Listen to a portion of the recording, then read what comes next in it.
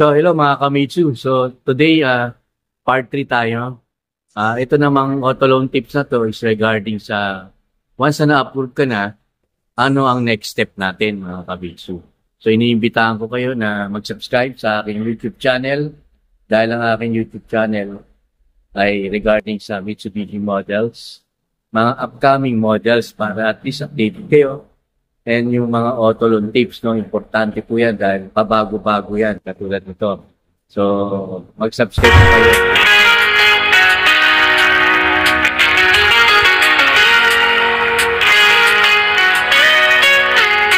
Walang problema kahit anong oras, si Arjen Paulsen handa sa lahat.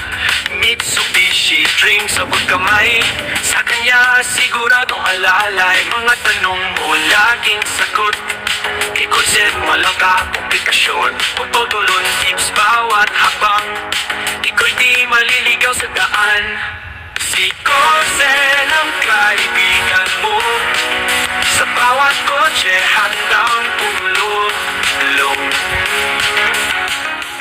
So, yun mga kamitsu, pag-usapan natin once na-approve ka na, ano yung susunod? So, once na-approve ka na, it's either may magte-text sa inyong bangko, meron namang hindi. No? Sa akin po mismo sila nag-inform na approve ka na. So, lagi yung tatandaan, dalawa ang approval. Merong auto loan approve at merong conditional approval. So, na-discuss ko na yung conditional approval sa part 1, sa part 2. No? So, ito yung part 3. Dito tayo sa approve ka na. So, ano ba yung kailangan dyan? Una-una, magbibigay ng credit advice yan. So, una nating next step is mag-down na tayo or reservation. Para saan yung reservation? Tubilis po naman yan sa total down payment nyo. Para mapa-assign po kagad ng unit. At bibigyan nyo na sa akin kung anong kulay na gusto nyo. So, habang nag-advance doc tayo, kasi kailangan na mas malinaw. Yung mga ipinasa natin during application, so kailangan magpapapasa ulit ako ng mas malinaw na mga requirements na kakailanganin ng bangko once na na-approve na tayo. So, ganun lang po yun. Regarding naman sa conditional, yan po yung may mga additional requirements. Unang-una dyan, kung isa kang virtual assistant, manghihingi ng bank payroll yan. No? Kung meron kayong online, pwede naman online transactions, screenshot nyo lang muna yun. And then, magbibigay ng authorization ang bangko na magkakandak sila ng CI doon sa bangko ninyo. And kailangan, once na sumasahod ka sa virtual assistant, pumapasok yan sa mga wired apps. So, screenshot nyo yun, kailangan tugma yan doon sa bangko ninyo na ipinasok nyo yung sahod ninyo. So, kailangan tugma po talaga yan. Pino-cross-match po yan. So, meron naman po dyan, mas lalo sa mga OFW, once na ang credit advice nakalagay doon, kailangan ng SPA, consularized SPA, that's the time na kukuha na po kayo ng SPA.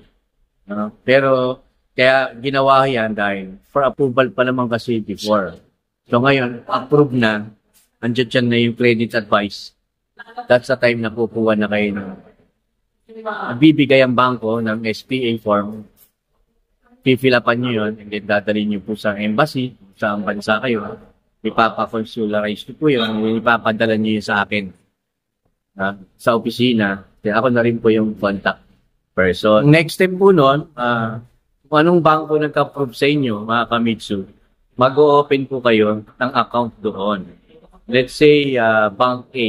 So, magbubukas ka ng account para sa iyong auto-debit agreement. No? So, para doon ikakaltas. Maghuhulog lang kayo doon every due date nyo. Bago mag-due date, ihulog nyo po doon. Ganun niya mga kamitsu. So, i-remind ko na rin to sa mga merong approval na 2 months free.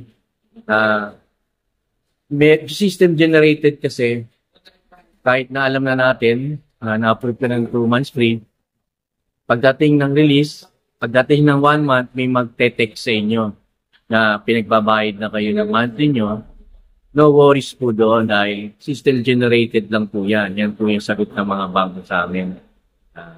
So, sumunod lang tayo sa talagang approval natin once na na-approve ka or sa promo na 2 months free. And then, yun nga, katulad ng sinabi ko, Kamitsu, kung ikaw naman ay may bangko na at yung bangko na yon ang nag-approve sa inyo, no need na mag-open ng savings account para sa auto-debit ninyo unless na gusto nyo pa mag-open para at least hindi magano. Ganun yun. So mga Kamitsu, maiksi lang to. Mag-iisip ulit ako. Basta kung meron kayong gustong topic, itanong nyo lang sa akin dyan sa baba, comment nyo sa akin para gawan natin yan para sa future the part. So ganoon na lang mga Kamitsu, kaya iniimbita ko kayo na mag-subscribe para updated kayo sa lahat ng video ko.